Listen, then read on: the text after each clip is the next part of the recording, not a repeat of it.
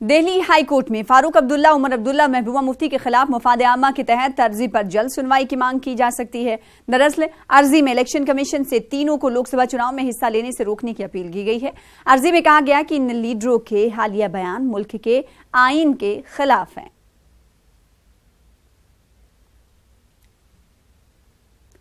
Narendra Modi biopic film की release पर रोक लगाने के मामले में सुप्रीम कोर्ट समाअत करेगा। दरअसल सुप्रीम कोर्ट ने सोमवार को इस अर्जी पर कोई फैसला सुनाने से इनकार कर दिया था।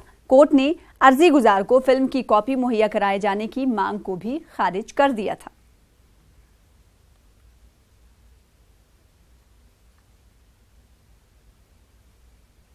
अहमदाबाद के सरखेज इलाके में रहने वाले मुस्लिम बिरादरी के लोग एक नहीं बल्कि कई मुश्किलात से हर दिन दो चार रहे हैं।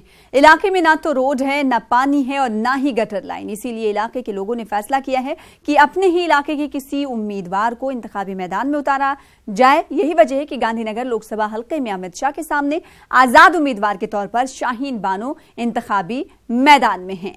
तस्वीरें आप देख सकते हैं, तस्वीरें सब कुछ बयान कर रही हैं और यही वजह है कि इस इलाके से आजाद उम्मीदवार के तौर पर शाहीन बानो को मैदान में उतारा जा रहा है। आपको बता दें कि गांधीनगर से बीजेपी के कौमी सदर अमित शाह इंतखाब लड़ रहे हैं।